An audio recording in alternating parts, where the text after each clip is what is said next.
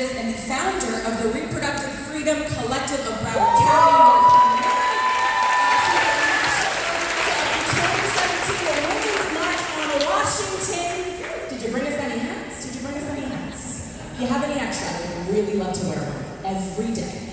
And a former chair of Ruth's List, Florida, she's been recognized as a Glamour Woman of the Year and a Valiant Woman of the Vote. Okay, she's really impressive. Emma has led and consulted on numerous local and national campaigns, including flipping key Republican seats in Florida. Girl, we need you now more than ever. She served on several civic boards and is vice chair of the Florida Democratic Party Rules Committee. Her work focuses on empowering women to lead and expanding access to reproductive rights. Please give us a warm South Florida round of applause for activist Emma Collum. She is also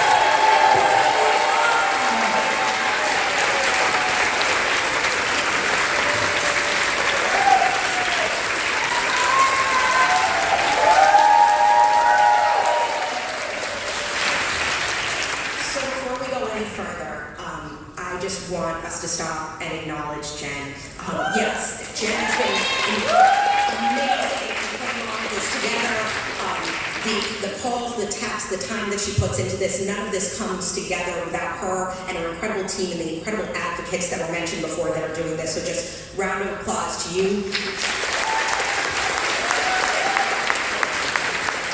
These chairs may be empty, but the power is right here in front of us. So just remember that. Like so many of the rest of you, I spent the last week and last weekend celebrating some of the holiest holidays with my family, and I promised that Kimmy and I weren't hanging out together when we read the current president's tweet yesterday. This was, of course, following the current president's selling to the highest bidder for the Easter egg hunt on the White House lawn, which advertisements from corporate brands would own the eggs. So that wasn't enough. He then put out his Easter message, and his Easter message was one filled with hate, vitriol, anger, and bullying. And this was geared towards attacking refugees, attacking immigrants, attacking the rule of law in our country. So I then did what I think most people in that situation of really feeling some real despair did. I watched the musical classic Jesus Christ Superstar at 12 o'clock at night. Really got me back into a good place.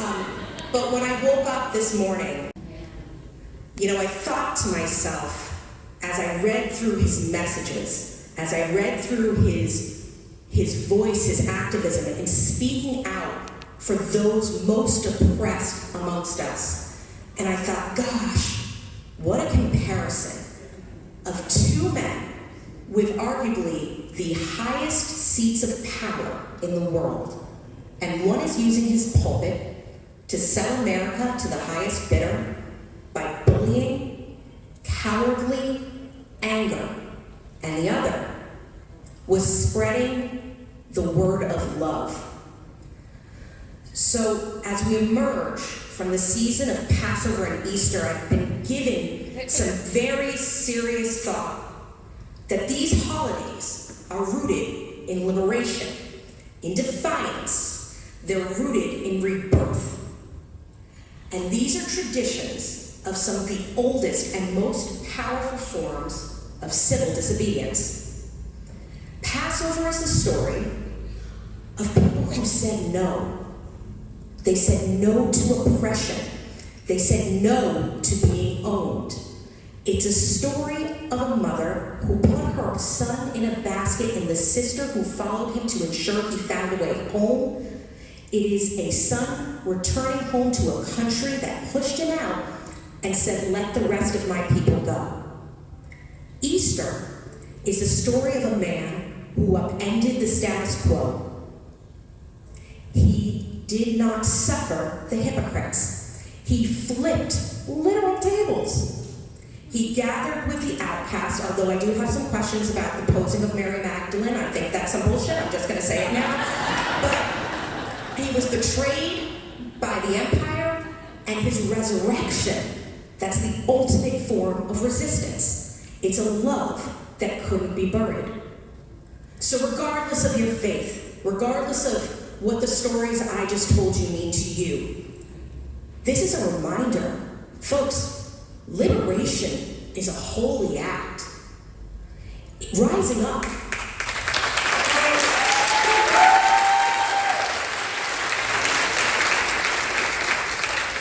Rising up when it's hard, especially when it's hard. Rising up when it's risky, maybe most importantly, when it's risky. It's an act of faith, it's an act of defiance, but it's also an act of love.